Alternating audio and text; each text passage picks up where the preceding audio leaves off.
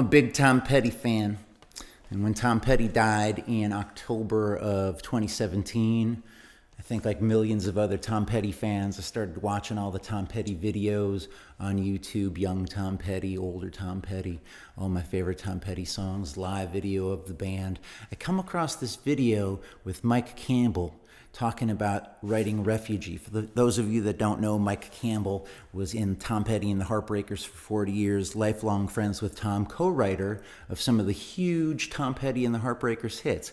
Stop Dragging My Heart Around, Here Comes My Girl, Running Down a Dream, You Wreck Me, A Woman in Love, It's Not Me, co-written with Mike Campbell. He wrote the music for Refugee, and he came up with it after listening to a blues album, and he's jamming along with the blues album when he discovers that guitar player is playing in the key of F sharp minor.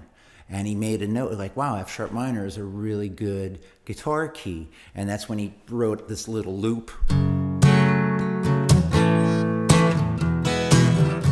One thing leads to another. He came up with those guitar hooks, gave it to Tom. Tom wrote the lyrics, Damn the Torpedoes. Now, pause there with that little piece of information. I live in the town of Arlington, Massachusetts, and about a mile away from me, I have a friend who's a very talented guitar player, and we play gigs together all the time. My friend Andy drives into the driveway one night. We're going to go to a gig. He's going to drive. He's cranking these groovy tunes. And I'm like, what are you listening to, man? This is awesome. And he told me it was Bobby Charles. And I said, who?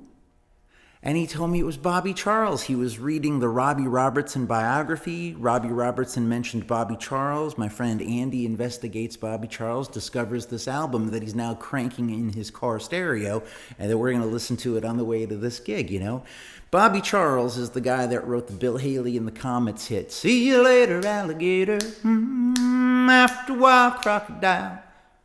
Bobby Charles. He also wrote a song for Fats Domino that goes, Walking to New Orleans.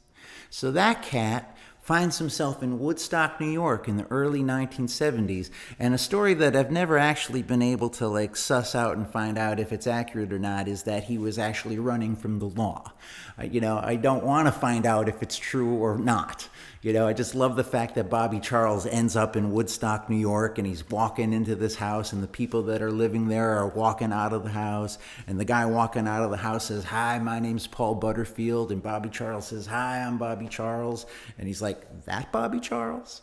So word gets around this small artist community pretty quick that Bobby Charles lives in town now, and one thing leads to another. He's recording an album on Bearsville Records. Albert Grossman, the manager for Bob Dylan, manager for Janis Joplin, Van Morrison, the band. That Albert Grossman had started a record company called Bearsville Records, and I think in the early 1970s there had been 2 other albums recorded.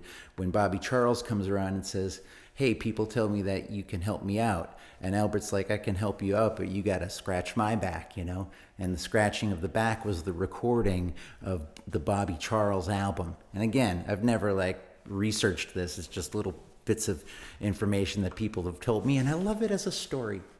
So they record this album, and it features almost all the guys from the band and Dr. John and just a bunch of other musicians that were living in Woodstock at the time, and it sounds funky and groovy, and it sounds like Woodstock in 1972, and I got obsessed with the album. I bought copies of it on vinyl and CD and listened to it for the next bunch of months. And then I found myself on a songwriting jag. In August of 2018, I wrote a song every day that month except the one day when I wrote 2.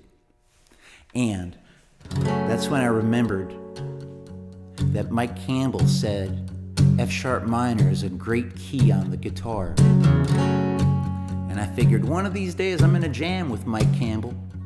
And when he asks me to play one of my own, I'll be like, I got one in F sharp minor. And he's going to get all happy about that because it's such a great key to play guitar in.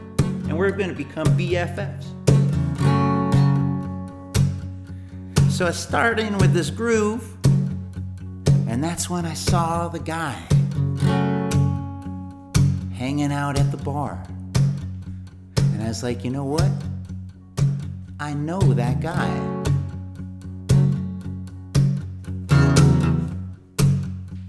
But this guy's not just hanging out at the bar. he's heartbroken and he's drinking. And I'm like, yeah, I've walked a mile in his shoes too. But there's this other thing about this guy at the bar.